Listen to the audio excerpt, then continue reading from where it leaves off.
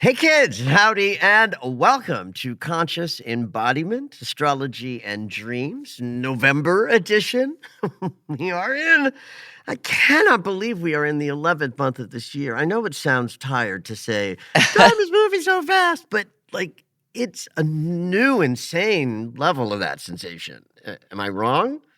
It always feels like that during fall in particular, like never spring, never, and that's the beginning of the year. Yeah, the end of the year always feels like, what just happened? And because I have a relationship to the passing dates because I write every single day and watch the calendar, and then it's like, it's what? But it is November 3rd through the 10th. Because it's the first week of the month. This Thursday will be my global healing meditation, 7 p.m. Pacific. Oh, that's nice. Yep, in my Zoom space. It's absolutely free. If you're on my mailing list, you'll, of course, get the announcement. The Zoom link will be sort of all over social media. And it's an interesting month. It's actually an interesting week. We sort of kick off the month with a bunch of ingresses and a full moon. So join me on Thursday evening. I am going to be doing my forecast for 2026 on New Year's Day. That announcement will come out in the next couple of weeks, but I always like to sort of say, if you want to spend from 10 a.m. to noon 30 or so with me on New Year's Day, I will be here I'll be there doing the year's forecast. So I actually have a dream question today. Ooh, I like that. Yeah. Lindsay sent this in. And it's just interesting that at this moment, I'm writing my next book. My fifth book is The Beginner's Guide to Dream Interpretation. So I've actually been having the most joyful experience of writing this book because it's something I'm terribly passionate about and know a lot about, but it's for the beginner. So there's this thing happening for me in writing it that because it's in service of that, this is the most fun I've had writing any of the books I've written. Oh. So because this question relates to something sort of key in dream interpretation, and I got it while I was writing about this very topic, I thought it would be good to read here. Dear Dr. Michael, thank you so much for your always informative and delightful podcast. I've been enjoying it for years and have learned so much. I've been wanting to ask a question for a while and not sure why it's taken me so long to finally write. It's not an astrology question, but about dreams and symbolism. I've been wondering about the separation and or overlap between personal meaning of something in dreams, universal symbolism, and images that are stored from the day's events. So she's talking about dreams coming up with certain symbols and where do you go first, or how do you parse out that a symbol can mean different things based on those three pillars that she just described. Her first example is, if she has an intense dream about the subway, but she took the subway that day, is it about the day's events or is it some universal thing? She works with dogs for a living and loves dogs, but she asked very sort of aptly that if dogs are loved, she feels that with her own dog, but what if it's like a dog she doesn't know, that she doesn't feel that feeling for? How do you do that? So after she gives her examples, she writes, where do you feel the separation or overlap is between personal significance and symbolism, the great archetypes of our collective subconscious, and then just the random flotsam and jetsam that our brains pick up during the day? Well, this is everything. I mean, it's why I want to read this question, because this is the confounding thing sometimes that is unanswerable ultimately in any kind of a satisfying way, because the answer to her question is like, yes. Right? You know? I mean, it's a great question. I feel It's like a a lot great of people question, wonder and this, it's you know? something that the book needs to convey very clearly. So, yes, the brain is reviewing material from the day because part of what it's doing in REM is reviewing and casting stuff off that's irrelevant into the abyss and forming short-term memory. So, yes, you might dream of the grocery store because you went there that day. But you went dozens of places, right? It's like not just the grocery store. So that dream to me is always going to filter in the direction of sustenance and care that the dream specifically wants somebody to look at. And so they pick that particular image from the day to serve the unconscious, intention. So a dog in a dream is always going to relate to the universal archetype of dogs as a symbol for unconditional love, because in the great sort of gestalt of it all, that's why the human race created dogs and cats, to have a waking life symbol of unconditional love. So if Lindsay's dreaming of a dog that's not hers, and maybe the dog is doing something not loving, to me, it's still a dream about unconditional love, just reflecting a pattern around that the action of the dream is reflecting, even though you don't look at the dog in the dream and go, yay, come here, baby. It's still a dog, and the symbol of dog is unconditional love at the personal level. Now, she doesn't ask about this, but while I'm in the neighborhood, I'll talk about people in dreams. Because you have dreams that'll be peppered with people you know, and the first impulse will be, well, this dream is about them. But the Oh, inner yeah. circle of archetypal interpretation says, look at them as an aspect of self. Define them with 3 characteristics. That's the quality your current dream is calling forth at this time, maybe needed for a life, a waking life conflict. So what I just described are all the ways we go to what I call the inner circle of interpretation, where everything outside of the dreamer is ultimately irrelevant, and every little bit of the dream is a reflection of who they are. But dreams just as viably and valuably show information to us about our outer relationships and our interactions in waking life. So your dream of a friend might be about calling forth that quality, but also reflecting a conflict you're having with that friend at the time of the dream. That's the outer circle of interpretation. And we can include in that perspectives about the world at large at this time, because it's, in such a chaotic state. So there's no wrong way to interpret a dream, as long as, and I don't mean like as long as you like a warning here, but here's what I want. Here's the invitation, is to simply see these different layers as nuance of how you might want to work with a dream.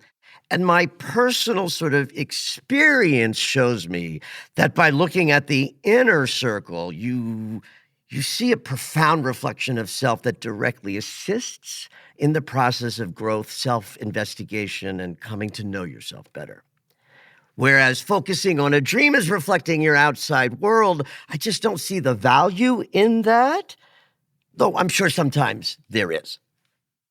And her last little question had to do with plant medicines, and do working with different medicines impact dreams based on the plant medicine sort of quality. And I will say I've never been there in a dream encounter with somebody. Like, I've not had that experience myself or heard about it, but I do know a lot about medicine and plant medicine, and there is a way that an organic plant medicine does have a consciousness that's different from that one. And so what they offer has to do with what they are. This is also how archetypal universal meaning works, right? So that medicine will impact the person for a while. So why not their dreams as well? It's quite a week. We have Mars and Venus both changing signs. We got a full moon, because we always have a full moon every once in a while. There's a big collective transit that hits this week that describes most of the year and next year's difficulties. And Wow. Uranus is going to move back into Taurus. So let's start at the top and we'll break all of these little sections down. So Mars is trining Saturn today from Scorpio. So we're in that sort of last bastion of our embodiment, like deep in the waters of change and transformation, which has probably been helpful, though very intense for the last 6.5 weeks. And so on his way out, we have the outer planet touching Saturn. This is a good, stable, focused energy because Mars is what we want to do. And Saturn says, do it slow and steady and build it well. So that's how we move through today. And then tomorrow is when Mars will move into Sagittarius and immediately oppose Uranus in Gemini. That is a wild, dynamic, anything can happen and probably will on crack, right? Because it's Sagittarius is all about mutable fire, stimulation, stimulation, stimulation. I want to do everything. I want to pack it in. I want to experience all the growth and fun and curiosity I can satisfy. Then later in the week, he will sextile Pluto. That puts us in great, like, working order between us and personal power, passion, intensity that we can focus and steward into creative possibilities. So Mars in Sag is lighting us up between, like Tuesday and Saturday by putting a different energy into our embodiment that is a little more compatible with deep change, a la Pluto, and more capable of pivoting, because we'll have to, from the opposition from Mars to Uranus.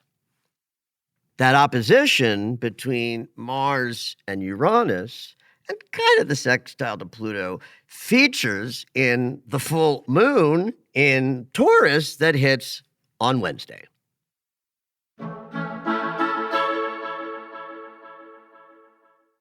Scorpio is where we know death. So it's opposite sign of Taurus.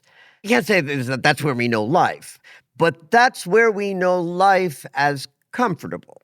That's where we know life as a loving journey. Taurus is ruled by Venus, so it has love as its sort of, guiding intention, agenda. I'm losing my mind here.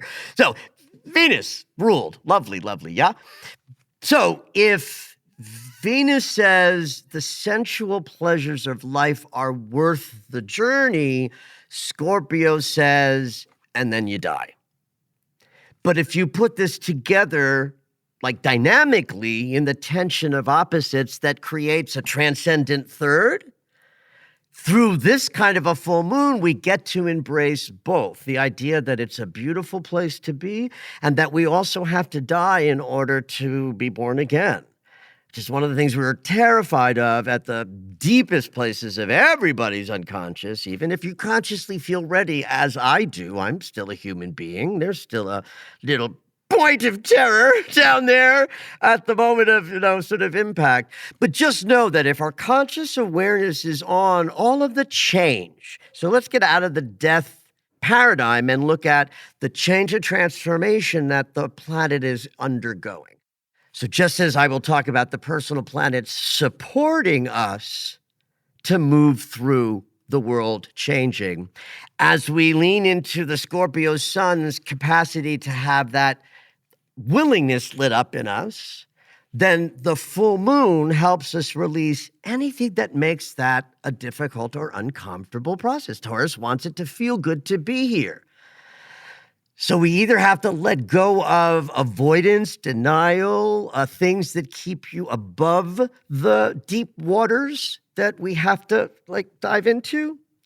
What would the opposite of that be? I don't know. Taking it on with too much gusto? I don't know. Shallow? Suffice to say that at an individual level, you can all just hear what I'm saying and think about, how do you relate to change in general? How are you relating to the current wild changes? And ask yourself, what do you have to let go of to be more comfortable and willing to stay the course. Now, since this full moon is reflecting changes and transformations that are coming at such a time where we're being asked to like really go through it, the fact that Mars is creating this sidebar of an engagement and an activation of sudden change. Let's do this. It's like a party now. I mean, an opposition is an opposition. Don't get me wrong. There might be some wild, like sudden shocking events out there, both personally and on the world stage as this week, unfolds. But I encourage you to think of the dynamism of your body sort of facing off with any possibility that you might not know is coming. And then the sextile to Pluto says, and I can catch whatever fastball is coming, even if I don't know where it's going to head. After we finish talking about the full moon, we're going to talk about Venus changing signs and ingressing Scorpio. But during the full moon, I think it's a boon to us that she's in Libra. Venus rules this full moon. Venus rules Libra, where she is at home right now. And at the full moon moment this Wednesday, there's this inconjunct between Venus and Uranus. That tells me we are also bumping into emotional patterns that we will easily release in this full moon. Because Venus is in Libra, she's like saying, oh, there. I know you've been through a lot. Let me kiss the boo-boos and just let that old relationship pattern go. Now, when she moves into Scorpio later in the week, the shit's gonna hit the emotional fan yet again. We'll get to that in a second. If you remember the kite formation of the new moon that kicked off this cycle, that is still loosely in place. It's not as precise as it was 2 weeks ago because things have moved. But why this is valuable to mention is that, kites fly. And the notion of a full moon is like we release stuff that keeps us from flying higher. So though this full moon is very emotional and will touch us at the level of feelings and intimacy, money too. Don't forget that Venus rules money, and Taurus is the money sign of the two that she rules. So everything I'm talking about with love could also be talking about your fears of financial insecurity. Let those go as we're all facing, none of us know how our living is going to be next year. Oh my fucking God. I know I provide a service that people want when the shit hits the fan, but, if people don't have money to afford the assistance, At any rate, this is a great full moon to release those fears of the financial future, which we all have to some extent. And I invite you to remember that our needs are always met. So dive into this full moon to release challenges around money, because this is true always. Look behind you and you will see you've always had a sandwich in your mouth and a roof over your head.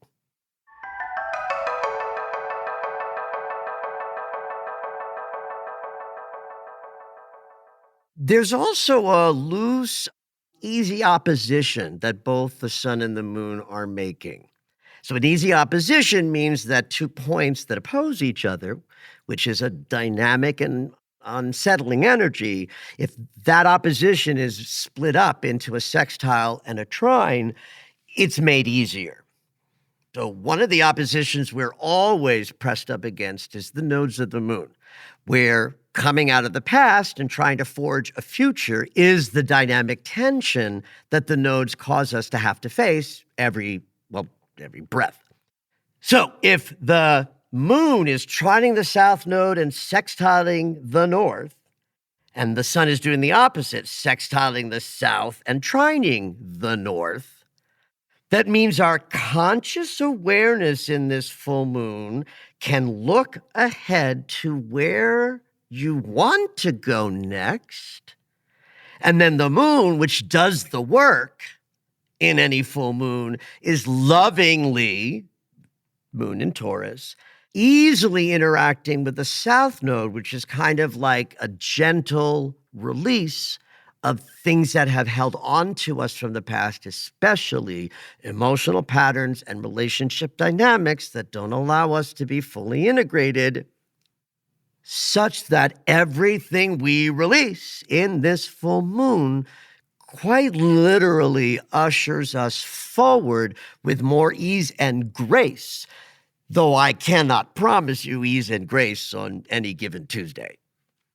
So Thursday is Venus's day to take us through a little journey.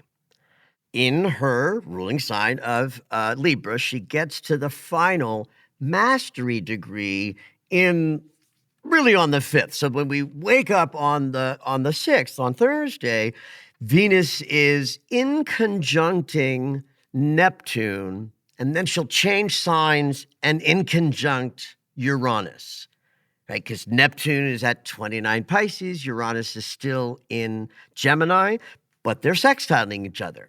Sextile is the motor of a yod. This is a yod led by our hearts. So the motor here is our spiritual connection, faith in things unseen, and a kind of hopeful sense that we're being guided somewhere and hopefully not off a cliff. Uranus is the cliff, but if we steward ourselves into new directions with this yod, meaning follow our heart, to know, where to go and what to do next, we will get the dynamism of Uranus and Neptune in a sextile, which says our beliefs and ideologies can help us create sudden bursts of new yummy stuff. So that's like Thursday, Friday, which puts her smack dab into a square with Pluto. So this is the sort of Persephone-Hades dynamic. At least I always like to refer to that because everybody tends to know that myth.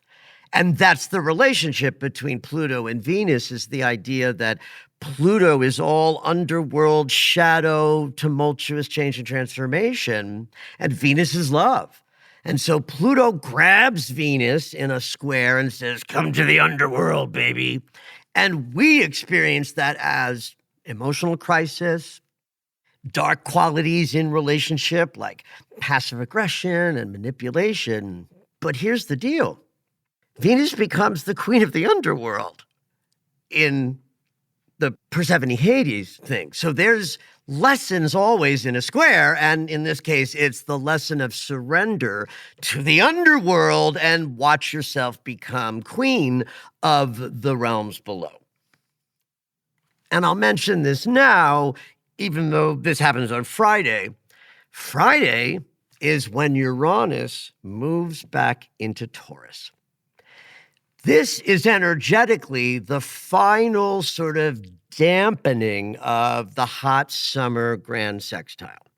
Now, I know that, it might have seemed like I was promising that things would get like so much easier when the summer's intensity diminished. And Yeah.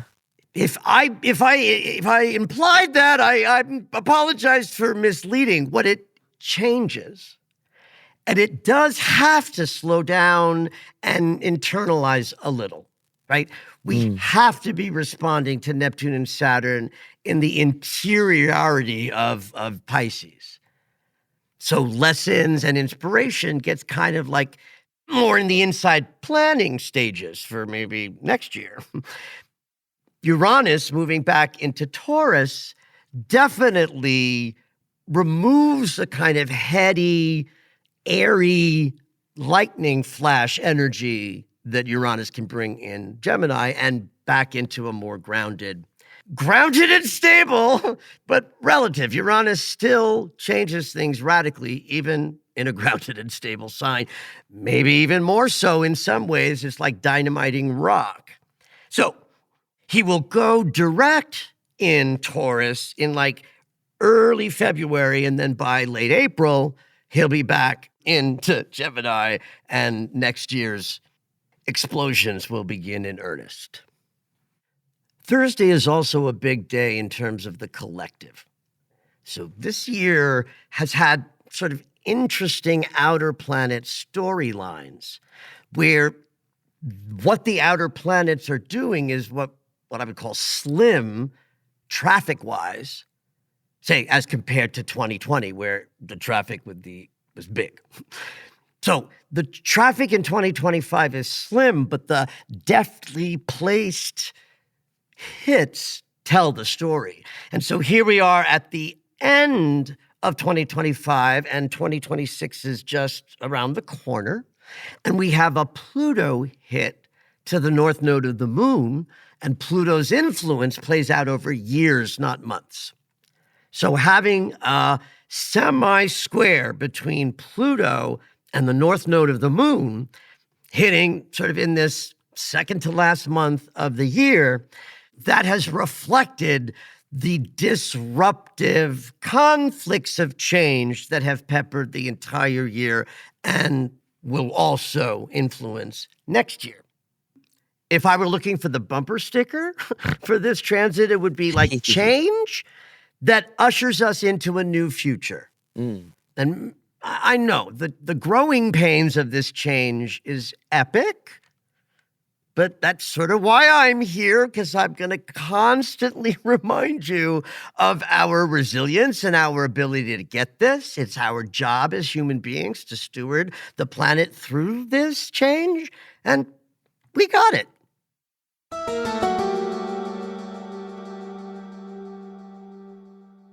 Save the best for last. This is Mercury's retrograde. Woof. Yeah. As if we needed like a moment with blindfolds on. That's exact. I'm like, aren't we all already going through something? Yeah. Like, so, Mercury is the navigator. His ability to help us perceive is how we know where everything is in our world. And so the idea of the retrograde is the navigator's not looking forward.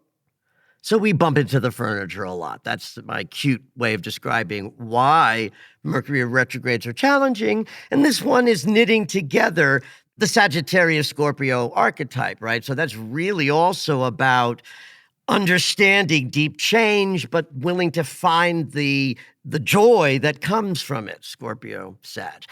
I'm going to talk about this in great detail at the top of next week's podcast because it will have just gotten started. And you can hear all about what I have to say Sunday night if you want to, because that's when this podcast will be out. And have at it. Did you know that Michael has a daily astro alert? If you enjoy hearing the weekly astrology, you might like knowing more about each day. When you subscribe for the daily astro alerts, you'll get an in-depth explanation of the day's astrology sent right to your email. Subscriptions are only $10 a month, or you can purchase the yearly subscription at the reduced price of $100. To subscribe, head over to michaellennox.com.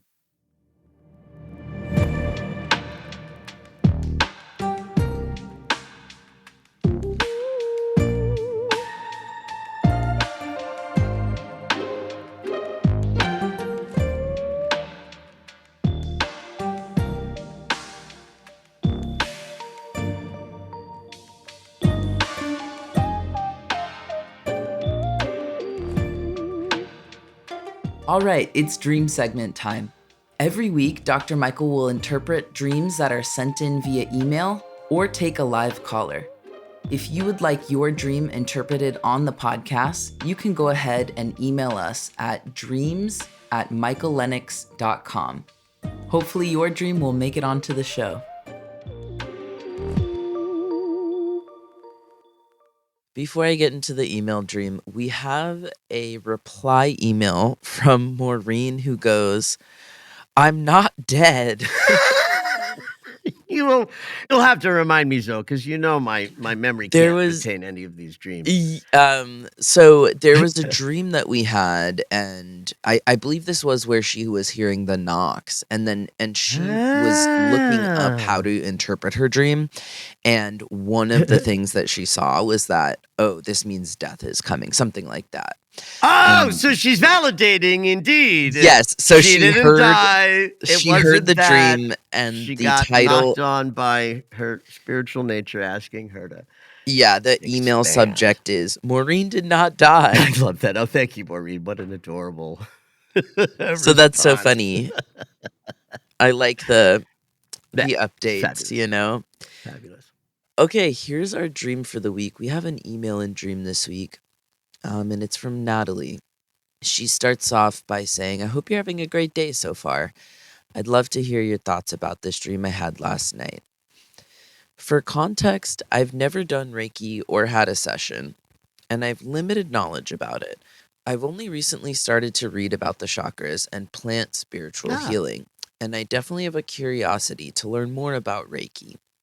So she's curious on this dream. In my dream, I walked down some stairs into a dimly lit room with tiled floors. It was nighttime, and the room felt candle lit, although I didn't see any candles. A woman was in the room and told me she needed my help. I saw a man lying on the floor, covered with a white sheet up to his neck. His eyes looked dazed, and they were slightly cross-eyed. I knelt down beside him and started to hover my hands over him, starting at his waist and working my way up his body. When I got to his heart chakra, his body convulsed and seized upward. I was amazed and hovered my hands over his heart again, and he convulsed again, jerking upward somewhat violently. The woman came over and said something like, "No, that means he needs help there," feeling like she was indicating for me to stop hovering and making him convulse. Even though she asked for my help, I realized that she knew a lot more than me and was teaching me. Yep. I started a body scan again, hovering my hands at the root chakra and working up. At the second chakra, he convulsed. The woman came over and told me to massage his arms. I was sitting to the right of the man, and I began to massage his right forearm.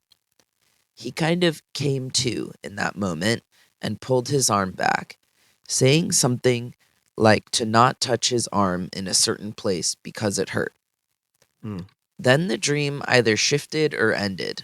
I don't remember anything else from there. Thanks so much for your time, Natalie.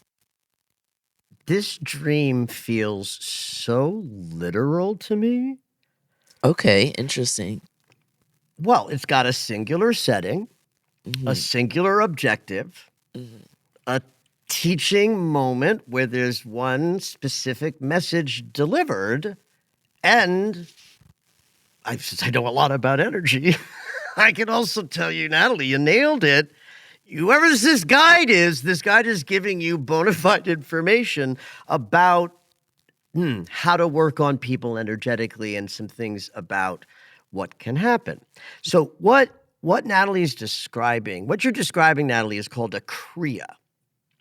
You should come over to my place and work on me, baby, because I'm telling you, I sometimes will flippity flop on a table like I'm a fish because I have opened up all of the energy channels to the best of my ability. So I'm impacted very much by, being worked on and energetic movement. So the kriya is a word from Sanskrit that just, frankly, at the moment I don't know what it means, but I know what it is. It is the free flowing movement of energy, sometimes referred to as kundalini, which is designed to just go up and down our spine with every breath we take. And when the body moves in response to that, like jerking or convulsing or reacting in such a way, that is in fact the energy. I'm going to say kundalini for the sake of clarity. The kundalini bumping into a block, and how you know is the body is moving. The idea being that if we were bodhisattva and had worked on clearing ourselves at the highest level a person can in a body, there would never be any movement. That's how the dude can sit on the mountaintop cross-legged and still for decades, because there's no block, so the energy just spirals. So in fact, when somebody kriyas, then you do know you've hit a place where work is needed. And so you're guide wasn't telling you to stop. Your guide was telling you what it means. And then that can inform the work that you do. Now, I'm going to say that sexual energy and energy are the same thing. Creative energy, sexual energy is just energy, right? Which is potential. And so if you're going to talk about chakras, you can think about energy centers use the same energy to express different aspects of our humanity.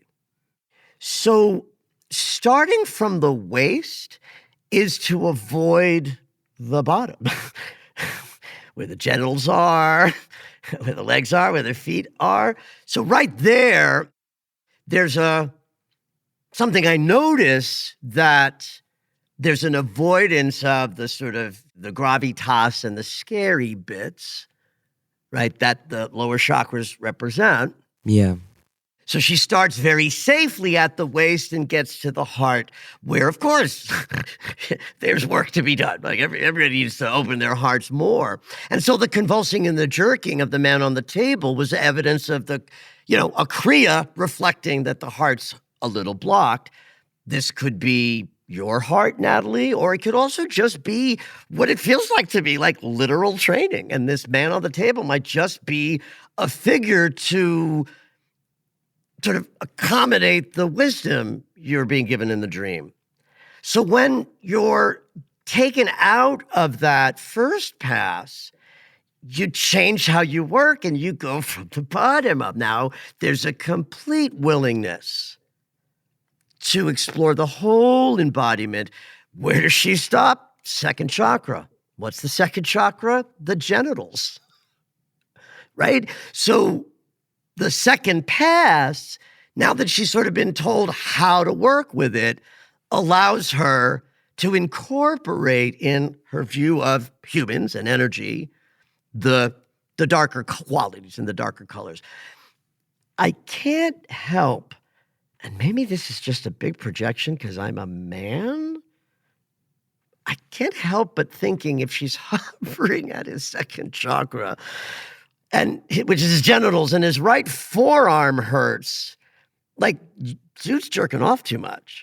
No way. Well, I said it in that way to be flippant, because if there's a chance to make someone laugh, I will do that. Yeah, right. I'm acknowledging that as a man, I might be projecting that the forearm has something to do with overworking the second chakra. Mm-hmm.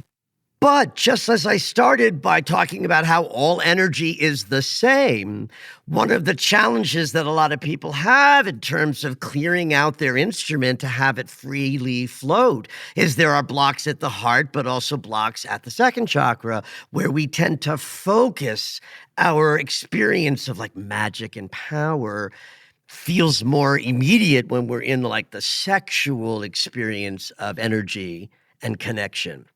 But if you want to be a healing presence, you have to learn to like get above the second chakra sort of swelling to then work on the heart that needs the work to open up as well. So outside of the masturbation thread that I don't ask you to take on fully, Natalie, though you can email us and tell us what you do think about what I've said, there has to be something about the forearm hurting that we have to interpret. Arms are, they're our capacity, they're our strength. Hands are dexterous and creative, legs get us where we want to go, arms is what we do to build and carry. So there might be something about the masculine of her, Natalie, the dreamer, man's right forearm, as representing a sort of a identity that moving forward in a masculine way is, this isn't that moment. There's more learning to be experienced. And it certainly sounds like Reiki might be your gift du jour, so I would encourage you to explore that. Thank you for listening to Conscious Embodiment, Astrology and Dreams with Dr. Michael Lennox. You can find us on Apple Music, the iHeartRadio app, and anywhere you find your favorite shows. Head on over to michaellennox.com for information on astrology readings, the Daily Astro Alert subscription, upcoming classes, and to join the mailing list.